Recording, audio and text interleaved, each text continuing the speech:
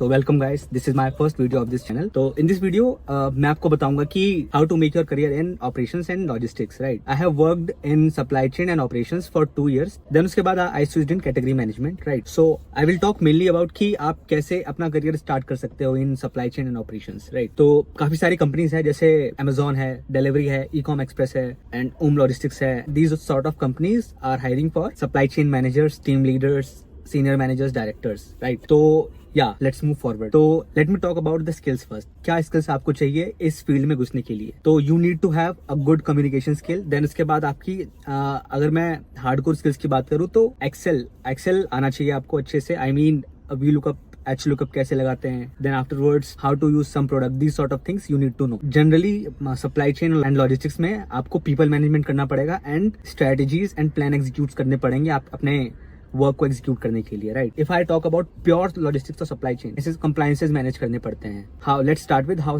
Supply chain ecosystem works, ठीक है। तो ये सप्लाई चेन स्टार्ट होता है आपका फर्स्ट माइल से। First mile, then comes mid mile and then the last mile.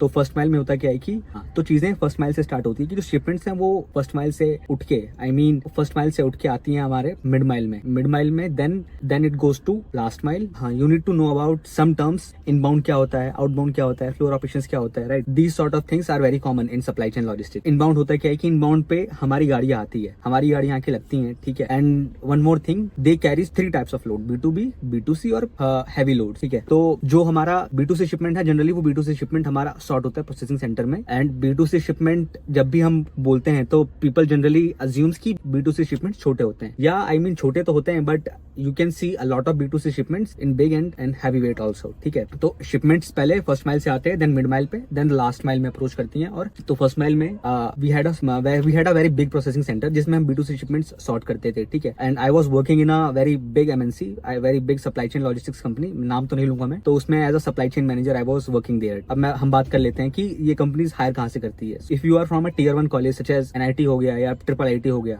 और आप उनके कोर ब्रांचेस में हो, तो देन यू कैन एक्सपेक्ट कि you will gate operations manager वाला रोल। अगर उसके बाद फिर आते हैं हम Tier 2 और Tier 3 कॉलेज से। सो Tier 2 और Tier 3 कॉलेज से ये एग्जीक्यूटिव्स और टीम लीडर्स हायर करते हैं generally. And the package they offer to Tier 2 Tier 3 generally 3 to 4 LPA है। और Tier 1 में मिल जाता है आपको 8 से 10 के बीच में, 8 to 10 LPA आपको मिल जाता है फॉर ऑपरेशंस मैनेजर। मैं अंडर ग्रेजुएट की बात कर रहा हूँ, not talking about post MBA, right. So I have talked about the skills, what skills you guys need. Then इसके बाद CTC की ही बात कर ली। If you are guys targeting your work in operations, मतलब mainly in supply chain and logistics, तो I would recommend कि आप MBA करो। MBA from Tier 1 colleges such as, मैं कुछ कॉलेजेस के नाम लेता हूँ जहाँ पे ऑपरेशंस काफी ज्यादा हैवी, मतलब कंपनीज काफी ज्यादा प्रायोरिटी देती हैं ऑपरेशंस वाले बच्चों को, राइट। तो these are IIT Kharagpur, SP Jain, IIMs में IIM मुंबई है जो टॉप पे है, ठीक है। पहले NIT था, now it is IIM Mumbai, जहाँ पे आपको ऑपरेशंस के रोल काफी अच्छे मिल सकते हैं। And generally these companies hire as senior manager या डायरेक्टर रोल के लिए, right. You will get I think 20 to 30 LPA का पैकेज यहाँ पे लगता है। Now let's talk about how the supply chain works, ठीक है। और जनरली इंटरव्यू में क्या पूछा जाता है इन सप्लाई चेन में,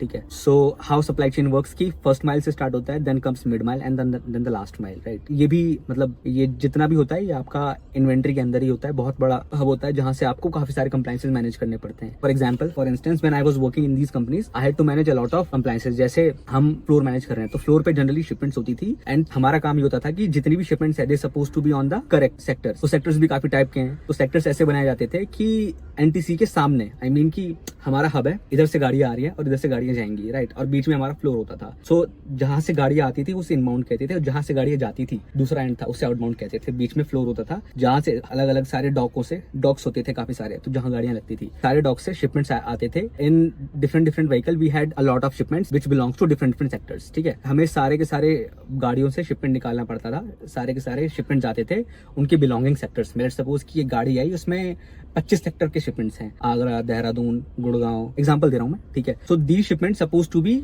kept in those sectors जहाँ पे ये belong करते हैं। And then after bringing all those shipments from the dock, we had to put all those shipments to the designated area, जो कि shipment belong करते थे अपने designated area में। इसमें भी प्रायोरिटीज होती थी P0 और P1 और P2 जो शिपमेंट्स P0 में कनेक्ट होने थे उनका कंप्लायंस होता था कि वो FIFO में भी जाएं आगे, मतलब नेक्स्ट एनटीसी को कनेक्ट हो। हमारी टीम एक आउटबाउंड की टीम होती है जो सारे शिपमेंट्स निकालती है फ्लोट से, and then they bring all those shipments from float, then वो जाता था आउटबाउंड की तरफ, और आउटबाउंड से जो गाड़ियां लगी रहती थी जिस सेक्टर की और जिस डेस्टिनेशन की, तो सारे के सारे शिपमेंट्स उस गाड़ी में डाला जाता था। तो that vehicle suppose to reach that NTC in 2, 3 और 4 days, max to max 4 or 5 days, right? So that's how complete supply chain and operations work. So generally, mainly they will ask about some sort of compliance questions, right?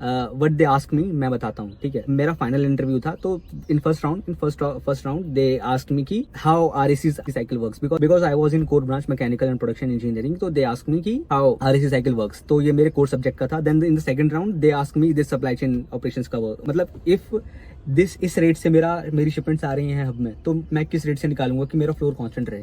So this was pretty basic question. So if you guys know कि क्या answer होगा, please comment down below. So that's how this operations and logistics ecosystem works, ठीक है।